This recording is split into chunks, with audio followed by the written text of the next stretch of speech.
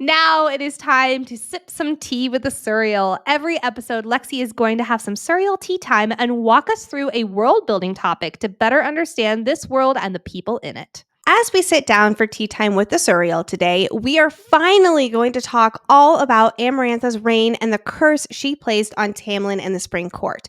Heads up, friends, this is the second longest surreal or archives segment I've ever done, so get comfy. How did Amarantha become this self-proclaimed High Queen of Prythian? What is the curse on Tamlin and his Spring Court? Let's dive in. Who is Amarantha and where did she come from? She is from Hybern, which is the island kingdom west of Prythian. She is the king of Hybern's greatest, most lethal general who is a legend and a nightmare. Remember that the king of Hybern rules Hybern, shocking, I know, and he hates mortals, hated that he was forced to sign a treaty with them. Amarantha used to be a close ally with Tamlin's father when he was High Lord of the Spring Court. They were all buddy-buddy because they loved human enslavement and being evil pieces of shit. This is how she and Tamlin met. Later on, once he grew up, Amarantha desired him and wanted him to be her lover, but Tamlin always refused. But we'll get to that in a minute. Let's quickly highlight Amarantha during the war because that is very key to how she is nowadays. Amarantha had a sister named Clythia, equally as terrible as her, but during the war 500 years ago, Clythia fell in love with Jurian, a mortal. There's a lot more to this Jurian and Clythia story, so we're only focusing on Amarantha's part of it today. Jurian used Clythia to get information about the Fae, his enemy. Amarantha saw through him, but couldn't convince her sister, who was head over heels in love with this guy.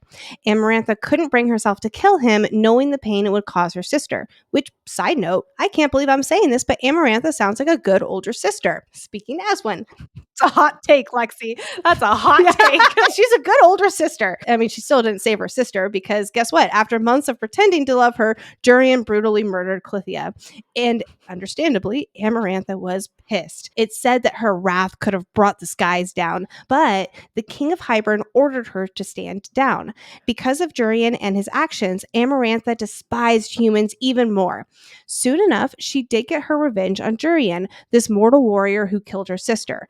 Amarantha faced off with him on the battlefield, and it was a long fight to the death, which, side note, shouts to Jurian for holding his own in any kind of battle with Amarantha. That is some serious badassery.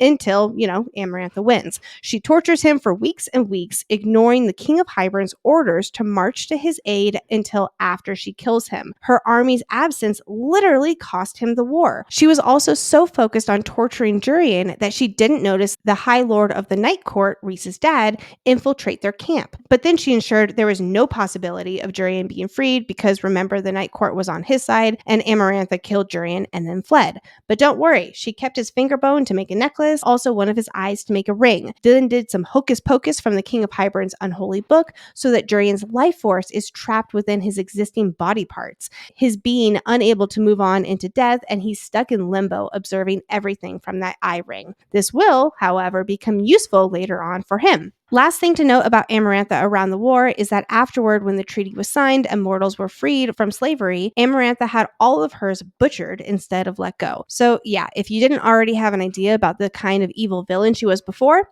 now you do. Okay, friends, now let's fast forward 400 years to 100 years before our ACOTAR story begins. Amarantha returned to Prythian as an emissary from the king of Hybern, infiltrating the courts to feel out who agreed that the treaty sucks and start planning who would be open to reclaiming the human lands for the Fae. She went from court to court, charming the High Lords with talk of more trade between Prythian and Hybern, more communication, more sharing of assets. All the while, Amarantha was pretending to make amends for her and Hybern's actions during the war. Maybe she said, "Hey, sorry for killing all of my slaves instead of freeing them. My bad." See, it's been 400 years since the war, and the High Lords fell for her story about her sister's death, changing her. Except for Tamlin, who did not fall for her facade, and Rhys, who trusted Tamlin's judgment of Amarantha despite his own hatred for Tamlin. Her actions reopened trade between the two countries, but little did anyone know, including the king of Hybern, the ships that brought Hybern goods also brought her own personal forces. She intended to take Prythian for her own and use it as a staging ground to destroy the mortal lands with or without the king's blessing. You can't fault Amarantha for being ambitious, at least. After 50 years of relationship building with the courts, Amarantha invited the High Lords and their courts to a ball in her honor. Little did everyone know that she drugged their drinks with a potion to take the majority of their powers, using a spell, again, from the King of Hybern's unholy book that she stole. It's described that their magic was laid bare and she stole their powers from where they originated inside their bodies, leaving them with only the basest elements of their magic. She was able to take control of Prythian within days and claimed herself High Queen of Prythian. She then set up her court under the mountain, a sacred place for Prythian. She's not like Thera. She does not have a creative mind, so she fashioned it after the Court of Nightmares. All right, so now Amarantha is High Queen of Prythian. What's life like under her reign, you ask? Well, it sucks. It really, really sucks. Next episode, Surreal Tea Time, will be all about Under the Mountain, so I'm going to save those details for then.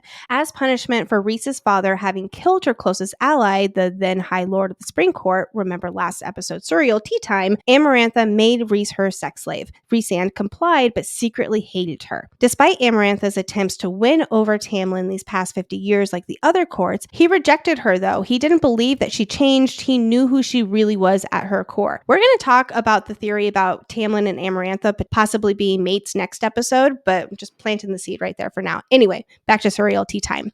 Now weakened and wanting to improve things, Tamlin sent his friend and emissary Lucien to try to treat for peace between them.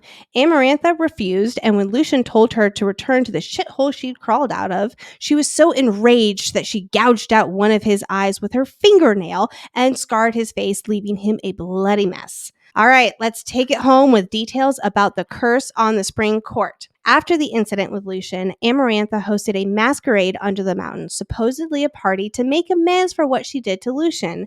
It was a masquerade so he wouldn't have to reveal a scarring on his face, and the entire Spring Court was to attend, even the servants, and wore masks to represent Tamlin's shape-shifting powers. For Tamlin reasons, he agreed to go because, again, he wanted to end this conflict without more slaughter. Once everyone was assembled, Amarantha claimed that they could have peace if, and only if, Tamlin became her lover and consort. Who could have guessed that this wouldn't turn out well? Apparently Tamlin. He didn't guess this. After what she did to Lucien, Tamlin did refuse to ever let her touch him and said he'd sooner take a human to his bed to marry a human than touch Amarantha. Tamlin went on to say that her own sister had even preferred a human's company to hers because she chose Jurian over Amarantha. Wrong thing to say, Timmy Tam. So, Amarantha cursed Tamlin for this, saying she was in a generous mood and would give him a chance to break the spell that she used to steal his power. Let's lay out this curse, shall we? Tamlin has 49 years, 7 times 7 years, to complete this challenge before he has to join Amarantha as her consort and lover. Tamlin is to find a human girl who truly, deeply hates fairies, and she has to kill one of his own men, fairy, in an unprovoked attack driven by hatred as Jurian had done to Amarantha's sister. This is why Tamlin has had to shapeshift his sentinels into wolves to go across a wall to be killed. This same human girl then has to fall in love with Tamlin and say to his face, that part is key, to his face, that she loves him, and she has to mean it with her entire heart. You hear that, Thera? Amarantha was certain that this would be impossible for the same girl who slaughtered a fairy in cold blood to then fall in love with one, and so this was, to her, a guaranteed way to force Tamlin to be with her. Remember, 49 years is not really that much for these immortals. This is just a big game for her. Knowing humans were preoccupied with beauty, Amarantha went a step further and bound the masks the Spring Court wore to their faces. Oh, and she turned Tamlin's heart to stone because plot. We'll get to that soon enough. The masks are here to make it so that it is more difficult for this human to look beneath Tamlin's mask and fall in love with his soul, not that handsome face. Too bad it's still not the most beautiful face she's ever seen. Just saying. Fairies are also banned from telling this human girl anything about the curse and the current state of Prythian, leading the Spring Court to lie about the blight that has been looming and spreading danger. In summary, I know I told you this was a long one, the Spring Court is the only court allowed to remain in their territory full-time until the deadline of Tamlin's curse. However, Amarantha delights in sending monstrous fairies into his borders to test his strength and taunt him, like the Bogey, for instance, and many others. The King of Hybern has been aware of Amarantha's independent actions and reign of being High Queen of Prythian, but don't hold your breath for him to stop her because he's pretty much using her to test the strength of Prythian and its High Lords in preparation for his own future invasion. Today's serial segment is a follow-up to last week's topic, which covered Amarantha's rise to power and the curse she placed on Tamlin and his court. Today is all about Under the Mountain, Amarantha's court itself, the fairies here, and any politics and scheming that we know of. 49 years ago, Amarantha took control of Prythian and crowned herself High Queen after she tricked the 7 High Lords out of most of their power. She set up court in what's called Under the Mountain, which is, surprise, under a mountain. This location is important though. Under the Mountain is nestled in what's called the Middle, dividing the seasonal courts and the solar courts of Prythian. The southern border of the Middle is the Winter Court and the northern border is the Dawn Court. The Middle, and especially this mountain, is sacred, a purposefully unclaimed territory, and it is considered neutral land in Prythian. Recall back to the mural that Feyre saw in the study, where the cauldron poured its contents out onto the map. The source of these contents spreading into the lands was this mountain in the middle. This is like where all the liquid was dropped and then it all spread out. The fact that Amarantha tainted it with her reign, it's a really big deal to the people in Prythian. There is an ancient shortcut from the Spring Court to Under the Mountain that used to be considered sacred as well, but not anymore. This cave entrance shrinks distances, making weeks of travel less than a day of walking. How convenient. Now that we know where Under the Mountain is and the symbolism of its location, let's paint a picture of what this court looks like. Amarantha fashioned and modeled Under the Mountain after the Night Court, or rather the Court of Nightmares, also known as the Hewn City. This is the Night Court front, hiding the real beauty and culture of the Night Court in Valaris. The throne room is described as being a giant chamber carved from pale rock, upheld by countless carved pillars.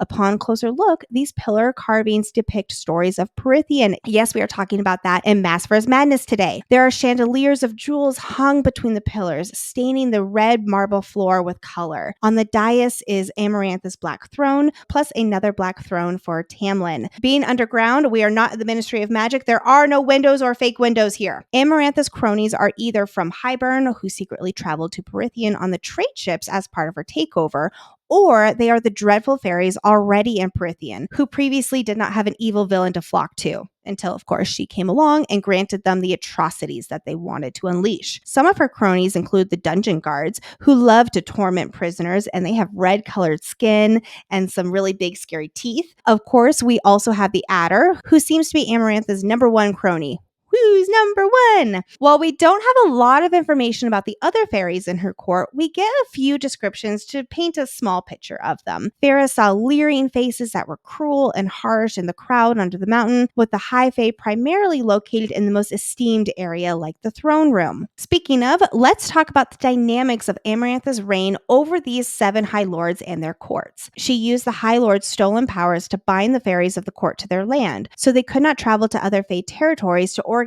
The High Lords started using foolish humans that crossed the wall to serve as messengers, in other words, the children of the blessed. The High Lords tried to send the mortals, mostly young women, to other fairy territories to ask for help and rally forces.